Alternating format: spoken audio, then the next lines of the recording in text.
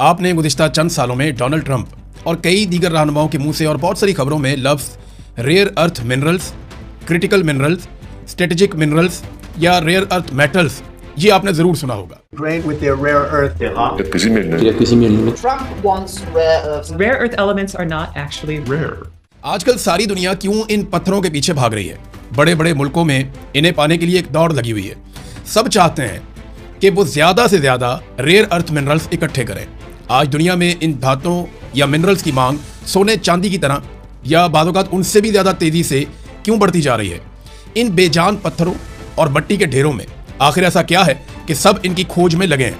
तमाम बड़े सियासतदानों, मईशतदानों यानी इकोनॉमिस्ट, साइंसदानों, बल्कि जियो पॉलिटिक्स के जो माहिरीन हैं उनका भी यही मानना है कि मुस्तकबिल में वही मुल्क सुपर पावर होगा जिसके पास ये शानदार मेटल्स या मिनरल्स बड़ी मिकदार में होंगे।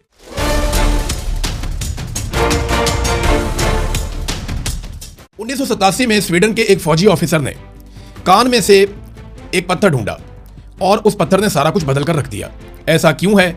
ये मेटल्स या मिनरल्स क्या हैं? कहां से निकलते हैं? किस काम आते हैं? और फिलहाल इन पर किसका कब्जा है?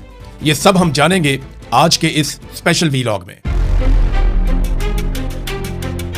अस्सलाम वालेकुम नाज़रीन, आप देख रहे हैं YouTube चैनल और मैं हूं Imran Riaz Khan. Rare earth minerals या मेटल्स दरअसल ऐसी 17 धातें हैं जिनके बारे में दुनिया को माजी में कुछ ज्यादा मालूम नहीं था। ये 17 कीमियाई अनासिर का एक ग्रुप है जिन्हें लेंथिनाइडर्स भी कहा जाता है। इनमें सबसे अहम अनासर न्यूडियम, डिस्प्रोसियम, टेरियम और येट्रियम है। रेयर अर्थ है ना अजीब नाम। रेयर अर्थ मिनरल्स इब्तदाई हालत में आम पत्थरों या मट्टी जैसे ही नजर आते हैं। इनका रंग ज्यादातर भूरा, स्याह भूरा, सुरमई या सुर्खी माइल भूरा होता है। चमकदार नहीं होते बल्कि बेरौनक और आम सी मट्टी या पत्थर की तरह दिखाई देते हैं। इनको देखकर आम आदमी को कभी ये अंदाजा नहीं हो सकता कि ये इतना कीमती और अहम मवाद है। इनको पहचानने के लिए खास किस्म की टेस्टिंग और केमिकल तज्जिया करना पड़ता है।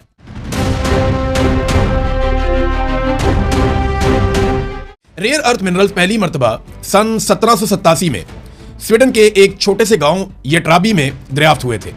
ये मिनरल एक स्वीडिश फौजी ऑफिसर कार्ल एक्सल आर्हेनियस को मिले थे जिन्होंने एक कान में से एक अनोखा काला पत्थर निकाला था। फिर 1794 में केमिस्ट्री के एक प्रोफेसर जॉन गैडोलिन ने फिनलैंड में इन पत्थरों में से एक धात येट्रियम को अलग कर दिया। ये एक तारीखी लम्हा था। फिर आने वाले सालों में साइंसदान एक एक करके इन पत्थरों में से तमाम 17 अनासिर को अलग करते चले गए। 1960 की दिहाई में एक बहुत बड़ी तब्दीली आती है। यानी ये मिलता है 1787 में, 1794 में इसमें से एक एलिमेंट अलग होता है और फिर 17 एलिमेंट्स को निकलते निकलते बहुत सारी दहाइयां गुजर जाती हैं। फिर 1960 की दहाई में अमेरिका के अंदर एक साइंसदान थे कार्ल एक्सल। इन्होंने पहली बार इन नायाब जमीनी अनासिर को इस्तेमाल करते हुए एक मजबूत मकनातीस बनाने की बुनियाद रखी थी। फिर उसके बाद 1980 में एक बहुत बड़ा कारनामा होता है। जापान के एक साइंसदान थे मसातो सगावा। उन्होंने 80 की दहाई में एक बहुत ताकतवर न्यूडियम मकनातीस ऐजाद करके दुनिया को हैरान कर दिया। ये तस्वीर में आप इन दोनों साइंसदानों को इकट्ठा भी देख सकते हैं। फिर 1984 में जनरल मोटर्स, ये एक बहुत बड़ी कंपनी है, इन्होंने इन मकनातीसों के जरिए से शानदार मोटर्स तैयार कर ली। ये नई बनने वाली मोटर्स बहुत छोटी थी, वजन में बहुत हल्की थी, ताकत में बहुत ज्यादा थी और सस्ती बन रही थी। इन नई मोटरों ने दुनिया को बदल कर रख दिया और अब इन मिनरल्स की ताकत और अहमियत सारी दुनिया जान चुकी थी। यानी कहानी शुरू होती है अमेरिका के एक साइंसदान से, फिर जापान के एक साइंसदान एक बेहतर मकनातीस बनाते हैं न्यूडियम से, और न्यूडियम इन 17 एलिमेंट्स में से एक है। और उसके बाद जनरल मोटर उससे एक ऐसी मोटर बना लेती है जिसकी ताकत बेमिसाल है, वजन कम है, वो जगह भी कम घेरती है और कम पैसों में बन भी जाती है। तो इससे दुनिया कैसे बदल गई ये मैं आपको बताता हूं। ये 17 मिनरल्स आजकल कहां कहां इस्तेमाल होते हैं। आज की तारीख में इनका सबसे ज्यादा इस्तेमाल इलेक्ट्रिक गाड़ियों में, खासतौर पे जो न्यूडियम वाला मैग्नेट है उसका इस्तेमाल किया जाता है और विंड टर्बाइन्स में इनका इस्तेमाल किया जाता है। इसके बगैर अच्छी बैटरी और मोटर नहीं बन सकती। रेयर अर्थ मिनरल्स खासतौर पे न्यूडियम इलेक्ट्रिक मोटर्स में मजबूत मुस्तकिल मकनातीस बनाने के लिए इस्तेमाल होता है। जी हाँ, ये वही न्यूडियम मकनातीस है जिसे जापानी साइंसदान ने ईजाद किया था। इसका मकसद ये है कि ये मोटर बहुत कम वजन में इंतहाई ज्यादा पावर देती है। एक छोटा सा न्यूडियम मैग्नेट इतना ताकतवर होता है कि लोहे के मैग्नेट से 10 गुना ज्यादा ताकत देता है। इसी वजह से इलेक्ट्रिक कारों में ये छोटी मोटरें और हल्की मोटरें इस्तेमाल की जाती हैं और फिर भी कार बहुत तेज चलती है और बैटरी भी कम इस्तेमाल होती है। जबकि विंड टर्बाइन में भी यही मिनरल्स या मेटल्स इस्तेमाल होते हैं। $4 से $6 मिलियन में लगने वाली एक विंड टर्बाइन 4,000 से 7,000 घरों तक को बिजली फराहम कर सकती है। इसका इन्हिसार जो है वो हवा की रफ्तार पे भी होता है।